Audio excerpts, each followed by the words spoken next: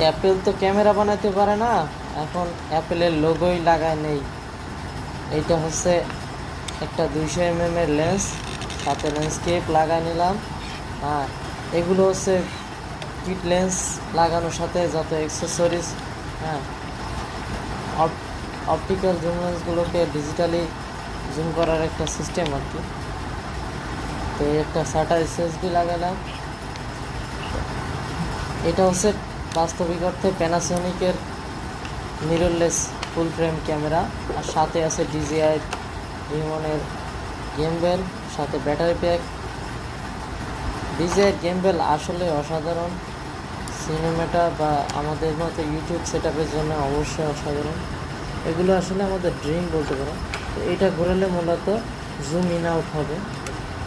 কেবলগুলো গেমবেলের সাথে কানেক্ট করা, আমি মনে করি